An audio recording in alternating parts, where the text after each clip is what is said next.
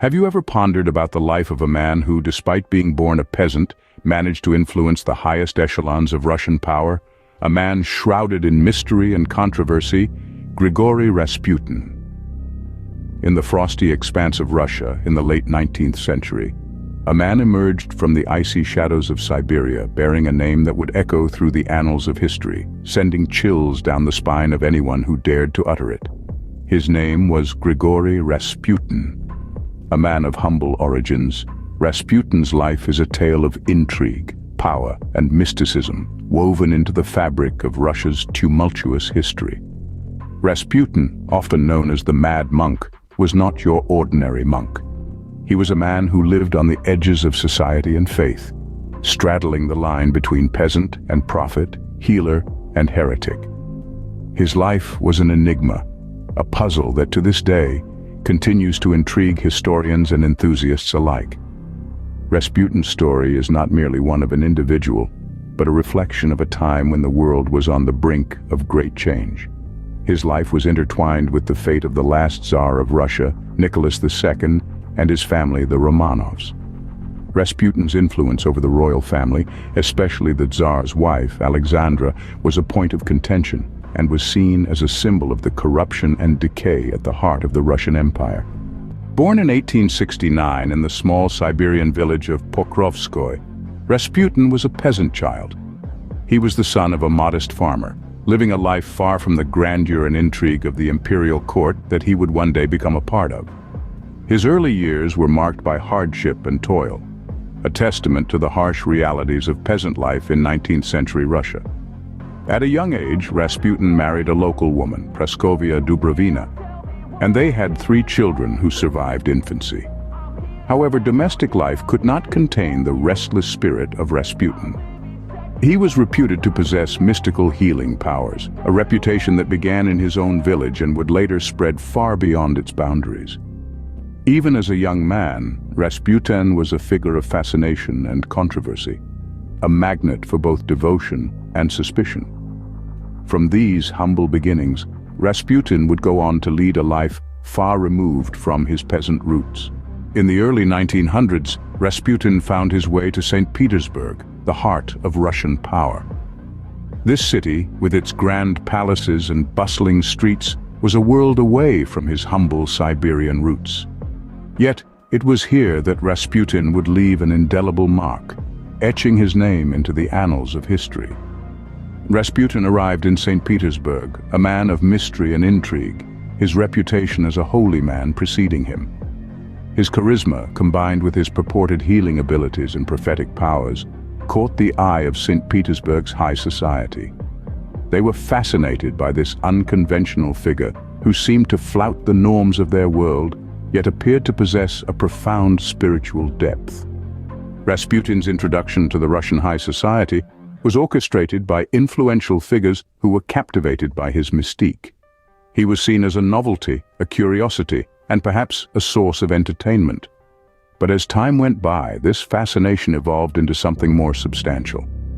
The high society of St. Petersburg started to see Rasputin not just as a holy man, but as a spiritual guide and even a political advisor.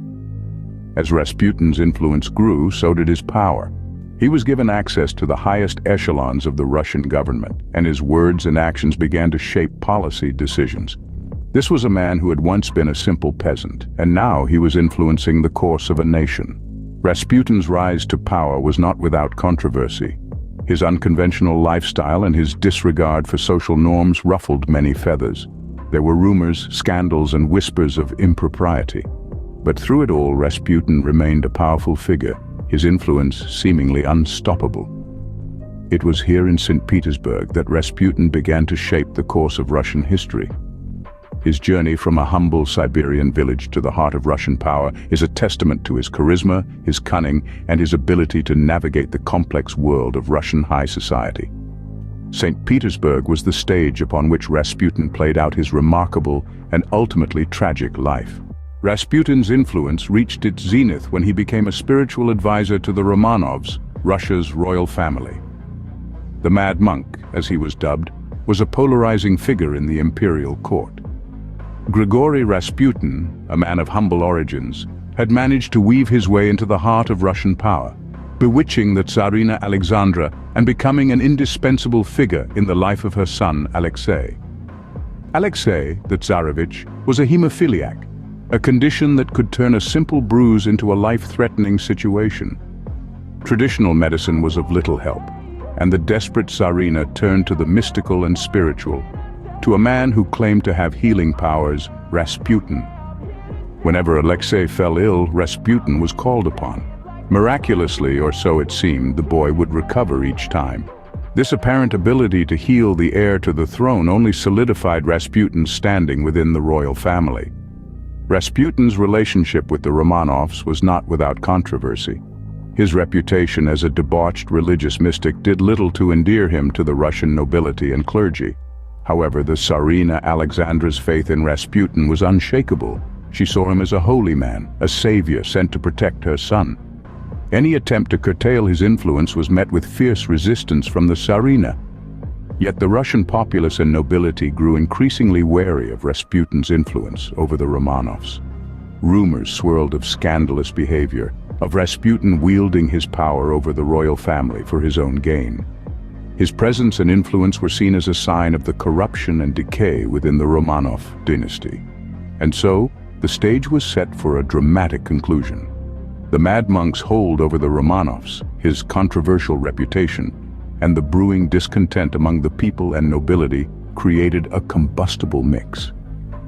Rasputin's influence over the Romanovs would sow the seeds of their downfall. In 1916, a plot was hatched to murder Rasputin, a plot as mysterious as the man himself. The conspirators were a group of nobles, led by Prince Felix Yusupov, who had grown increasingly concerned about Rasputin's influence over the Russian royal family. The plan was simple, yet sinister. They would lure Rasputin to a dinner at Yusupov's palace, where they would poison his food and wine. On a cold December night, Rasputin arrived at the palace unaware of the deadly plot against him. He was served food laced with cyanide, but it seemed to have no effect on him. Astounded but undeterred, the conspirators decided to shoot Rasputin. He was shot multiple times, yet miraculously, he survived and even attempted to flee. In a desperate final attempt, the conspirators clubbed Rasputin into submission and threw him into the icy Neva River, where his life finally ebbed away. When his body was found, it was discovered that he had water in his lungs, indicating that he was still alive when he hit the water. Rasputin's death sent shockwaves through Russia and beyond. Many saw it as a symbol of the impending end of the Romanov dynasty. The royal family was devastated, particularly the Tsarina, who had come to rely heavily on Rasputin's counsel. The murder was a scandal. The nobles involved were exiled, and the event contributed to the growing unrest that would eventually lead to the Russian Revolution. Despite his controversial life and violent death, Rasputin remained a figure of fascination, his story a testament to the power of charisma and the dangers of unchecked influence. Rasputin's death was as controversial as his life, marked by mystery, intrigue, and a grim determination to end his influence. His demise was as dramatic as the life he led, filled with mysticism, power, and the dark underbelly of political intrigue. With Rasputin's death, an era ended, but his legacy lived on. His story, as enigmatic in death as in life, continues to captivate us, reminding us of the complex weave of history, where fact often merges with fiction, creating tales as captivating as they are mysterious. Even in death, Rasputin's influence on Russia was undeniable. This Siberian peasant-turned mystic, with his captivating charisma and supposed healing powers, had risen to the highest echelons of power, becoming a confidant of the Russian royal family. His controversial life and his role in the political and social upheaval of the time remain subjects of intense debate and fascination. Rasputin's influence on the Romanovs, his alleged meddling in state affairs, and his untimely death all played a role in the downfall of the Russian monarchy. His life and death were catalysts, setting the stage for the February Revolution and the eventual rise of the Soviet Union.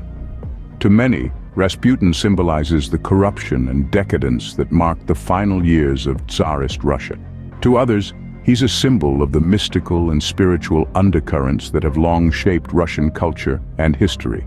Rasputin, the peasant turned mystic, left an indelible mark on Russian history, a testament to the power of charisma and influence.